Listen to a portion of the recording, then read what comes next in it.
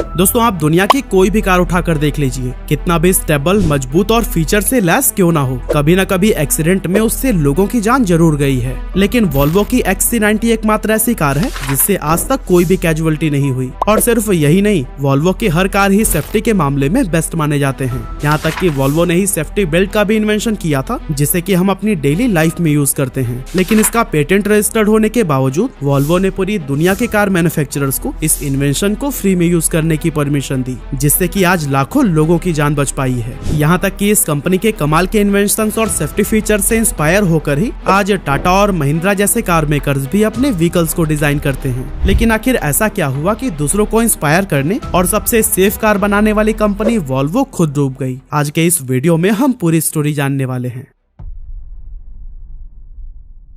तो दोस्तों अगर देखें तो वॉल्वो की शुरुआत हुई थी 1927 में, जब कुछ स्वीडिश इंजीनियर्स ने मिलकर गोथेनबर्ग स्वीडन में इसकी नींव रखी थी। इसके फाउंडर्स का मेन गोल था एक ऐसा कार बनाना जो कि वहाँ के क्लाइमेट का सामना कर सके और सेफ्टी के मामले में भी टॉप पर हो। और अपने इसी मिशन को पूरा करते हुए ही इन्होंने वॉल्वो की पहली कार OV4 लॉन्च की।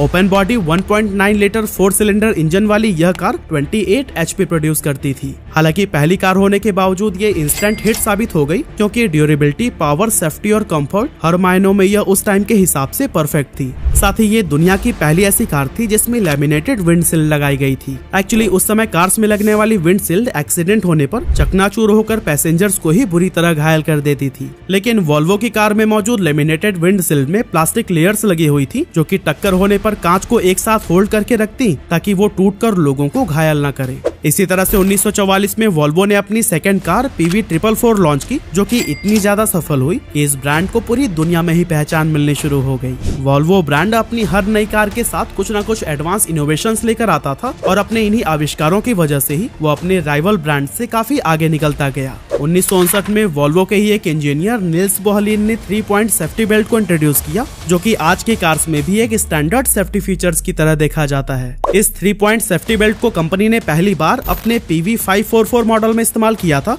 जो कि बहुत ही जल्द स्वीडन और बाकी के यूरोपियन कंट्रीज में काफी ज्यादा पॉपुलर हो गई। साथ ही इसने सेफ्टी और रिलायबिलिटी के मामले में भी कंपनी के रेप्यूटेशन को टॉप पर ला दिया था। एक्चुअली उस टाइम की कार्स में 2 पॉइंट सेफ्टी बेल्ट का इस्तेमाल होता था, लेकिन ये सिर्फ लोअर बॉडी पार्ट को ही सेफ करने के लिए था। ऐसे में जब भी कोई कार किसी दुर्घटना का शिकार होती थी तो फिर अपर बॉडी पार्ट जैसे फेस, सिर या फिर चेस्ट बुरी तरह से इंजर्ड हो जाते थे और लोगों की जान चली जाती थी। अब देखा जाए तो 3 पॉइंट सेफ्टी बेल्ट का पेटेंट तो वॉल्वो के पास ही था, लेकिन बढ़ती मौतों को देखते हुए कंपनी ने अपने इस इन्वेंशन का फायदा उठाकर ज्यादा प्रॉफिट कमाने की जगह पूरी दुनिया के कार मैन्युफैक्चरर्स को ही 3 पॉइंट सेफ्टी बेल्ट को इस्तेमाल करने की परमिशन दे दी।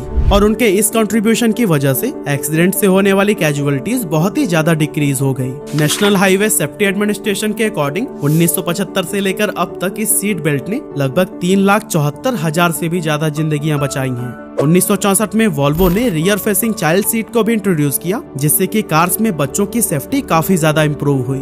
70s का वो ऐसा दौर था जब लगभग सारे कार मैन्युफैक्चरर्स कार की परफॉर्मेंस, स्पीड और डिजाइन पर ध्यान देते थे। वहीं वॉल्वो एक इकलौता ऐसा ब्रांड था जिसने लोगों की जिंदगी बचाने के बारे में सोचा और अपनी कार को हर तरह से सेफ बनाने की ट्राई की। अब कस्टमर्स का भी इस कंपनी पर विश्वास बनने लगा, और ये बिलीव तब और भी ज्यादा स्ट्रॉन्ग हो गया जब US गवर्नमेंट ने खुद इसे सबसे सेफेस्ट कार मान लिया। एक्चुअली 1976 में US गवर्नमेंट ने क्रैश टेस्टिंग के लिए वॉल्वो 240 मॉडल की 24 कार्स खरीदी और उनका क्रैश टेस्ट किया गया, जिसके बाद वॉल्वो को ऑफिशियली उस समय सभी नई कार्स के सेफ्टी स्टैंडर्ड को सेट करने के लिए एज अ बेंचमार्क चुन लिया गया।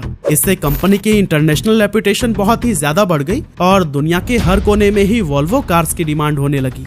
1977 में वॉल्वो ने एक और नई टेक्नोलॉजी को इन्वेंट किया, जिसका नाम था लैम्डा सोंड। वॉल्वो ने लैम्डा सोंड ऑक्सीजन सेंसर पेश किया, जिसने एमिशन को कम करने के साथ साथ इंजन परफॉर्मेंस और फ्यूल एफिशिएंसी को बहुत ही ज्यादा इम्प्रूव कर दिया। इसके बाद से 1991 में कंपनी ने साइड इम्पैक्ट प्रोटेक्शन सिस्टम को भी इंट्रोड्यूस किया, जिसमें साइड से एक्सीडेंट के सिचुएशन में पैसेंजर्स की सेफ्टी के लिए reinforced door beam, air bags और इसी तरह के कई सारे सेफ्टी फीचर्स लाए गए। हालांकि अभी तक वॉल्वो काफी अच्छा परफॉर्म कर रही थी और खूब सारा रेवेन्यू भी जनरेट कर रही थी, लेकिन वॉल्वो की पेरेंट कंपनी AB वॉल्वो ने 1999 में अपनी कार डिवीजन को अलग करके एक सेपरेट कंपनी बना दी, जिसका नाम वॉल्वो कार्स कॉर्पोरेशन रखा गया। अब कार डिवीजन को अलग करने का रीजन यह था कि वॉल्वो तेजी से बदलती ऑटोमोटिव मार्केट पर प्रॉपरली फोकस करना चाहता था, क्योंकि इससे पहले तक वे ट्रक्स, बसेस, कंस्ट्रक्शन इक्विपमेंट और दूसरे इंडस्ट्रियल पावर सिस्टम्स को एक ही कंपनी के अंडर मैन्युफैक्चर करते थे। सेपरेट कंपनी बनने के बाद से इसी साल वॉल्वो फोर्ड के साथ में मर्ज हो जाती है, जिससे कि उसे फोर्ड की न्यू टेक्नोलॉजी और बेटर रिसोर्सेज मिल सके। इस एक्विजिशन के लिए फोर्ड ने $6.45 बिलियन चुकाए थे और अब फोर्ड के पास भी वॉल्वो की बेहतरीन इंजीनियरिंग टीम्स और प्रोडक्शन फैसिलिटीज आ चुकी थी। फोर्ड में शामिल होने के बाद से वॉल्वो खूब एक्सपेरिमेंट करता गया और इसने और भी कई सारे नए और एडवांस फीचर्स को इंट्रोड्यूस किया, और ये सभी फीचर्स वॉल्वो के न्यू मॉडल XC90 SUV और S60 सेडान में देखे जा सकते हैं। इन कार्स के बिल्ड क्वालिटी का अंदाजा आप इसी बात से लगा सकते हैं कि XC90 एक लौती ऐसी कार थी जिसे 2015 में यूरो NCAP से 5 स्टार सेफ्टी रेटिंग मिली थी। तभी तो 1998 में वॉल्वो कार्स की जो सेल 1,03,000 के अराउंड थी, वो 2008 में 3 गुना बढ़कर 3,74,000 के करीब पहुंच गई। लेकिन इसके बावजूद फोर्ड ने 2010 में वॉल्वो को $4 बिलियन के भारी नुकसान के साथ एक चाइनीज कंपनी गिली को बेच दिया। लेकिन फोर्ड ने ऐसा किया क्यों? पागल वागल हो गया था क्या? नहीं भाई, इसको बेचने का पहला रीजन था कि 2008 के आसपास फोर्ड बहुत बड़े फाइनेंशियल चैलेंजेस का सामना कर रहा था, क्योंकि ग्लोबल फाइनेंशियल क्राइसिस की वजह से कार्स की सेल्स में बहुत बड़ी गिरावट आई थी। ऐसे में कंपनी ने अपनी लागत को कम करने और फाइनेंशियल स्टेबिलिटी को इम्प्रूव करने के लिए वॉल्वो को बेचना ही सही समझा। इसके अलावा दूसरा रीजन ये था कि वॉल्वो की कार्स सीधे जर्मन ट्रायो यानी मर्सिडीज, ऑडी और BMW के साथ में कॉम्पिटिट करती थी, लेकिन जहां इन तीनों ब्रांड्स की सेल्स काफी तेजी से बढ़ती जा रही थी, वहीं वॉल्वो इनसे पीछे छूटता जा रहा था। अब जैसा कि हमने आपको पहले भी बताया कि वॉल्वो ने 2008 में 3,74,000 के करीब कार्स बेची थी, जबकि उसी सेम ईयर BMW की सेल थी 12 लाख कार्स की। और यहाँ वॉल्वो के कार्स भले ही पहले से थोड़ा ज्यादा बिकने लगे थे, लेकिन इस कंपनी का प्रॉफिट लगातार कम हो रहा था। 1998 में वॉल्वो ने $476 मिलियन का प्रॉफिट अर्न किया था, जबकि 3 गुना ज्यादा सेल्स के बावजूद 2008 में इसे $1.5 बिलियन का लॉस हुआ था। और कुछ इसी तरह से फोर्ड के वॉल्वो को बेचने का तीसरा रीजन था कि फोर्ड के मैनेजमेंट अपने कोर ब्रांड जैसे कि फोर्ड, लिंकन और मर्क्यू पर ज्यादा फोकस रखना चाहते थे, ताकि बदलती हुई ऑटोमोटिव मार्केट में अपनी पोजीशन को और भी ज्यादा इंप्रूव कर सके। इसीलिए फोर्ड ने अपने नॉन कोर ब्रांड्स जैसे कि वॉल्वो, जैगुआर, लैंड रोवर और एस्टन मार्टिन को भी बेच दिया। लेकिन अब सवाल ये आता है कि इतना इनोवेशन करने और मार्केट में इतनी अच्छी रेपुटेशन होने के बावजूद भी वॉल्वो आखिर जर्मन ट्रायो से पीछे कैसे रह गया? असल में दोस्तों इसकी वजह ये थी कि वॉल्वो का मेन फोकस लोगों को सेफ्टी और नई टेक्नोलॉजी प्रोवाइड करना था, वहीं जर्मन ट्रायो अपने कस्टमर्स को एक लग्जरी फील भी दे रहा था। अब जहां तक सेफ्टी की बात करें तो दुनिया भर के गवर्नमेंट्स ने एक्सीडेंट की संख्या को कम करने और ड्राइवर्स, पैसेंजर्स या पैदल चलने वालों की सेफ्टी को इम्प्रूव करने के लिए कई सारे car safety rules and regulations लाए, जिसमें seat belt, air bag, anti lock brakes, child safety seats और बैकअप कैमरा शामिल है। अब जब ये सभी सेफ्टी फीचर्स गाड़ियों के लिए मैंडेटरी कर दिए गए, तब ऐसे में वॉल्वो ने अपने सबसे बड़े और यूनिक सेलिंग पॉइंट को खो दिया।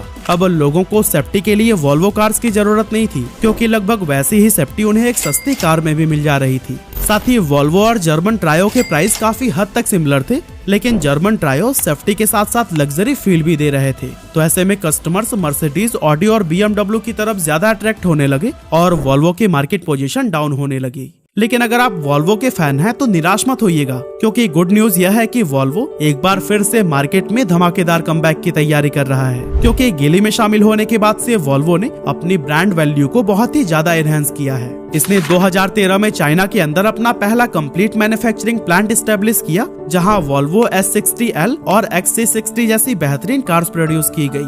कंपनी ने 2013 में टोटल 4,27,840 व्हीकल्स बेचे थे, जो कि 2012 के मुकाबले 1.4% ज्यादा थे। लेकिन वही 2019 में इसने ग्लोबली 7,05,452 यूनिट सेल किए थे, जो कि 2018 से 9.8% ज्यादा थे। और आपको जानकर हैरानी होगी कि अपने 93 साल के इतिहास में पहली बार वॉल्वो ने 7 लाख से भी ज्यादा कार्स बेची थी। 2019 में कंपनी ने अपनी पहली fully electric SUV Volvo XC40 recharge P8 को लॉन्च किया, जिसमें कि कई सारे नए फीचर्स जोड़े गए थे। हालांकि फिलहाल वॉल्वो का गोल है कि 2025 तक वो ग्लोबली अपनी टोटल सेल्स में से 50% इलेक्ट्रिक व्हीकल्स बेचे और 2030 आते आते कंपनी पूरी तरह से इलेक्ट्रिक कार्स बनाने लगी। अब वॉल्वो का ये कमबैक इसके कॉम्पिटिटर्स को कितना परेशान करने वाला है ये तो हमें आने वाले टाइम में ही पता चल पाएगा। लेकिन वॉल्वो ने हम सभी लोगों के सेफ्टी के लिए जो काम किया है उसे हमें जरूर अप्रिशिएट करना चाहिए।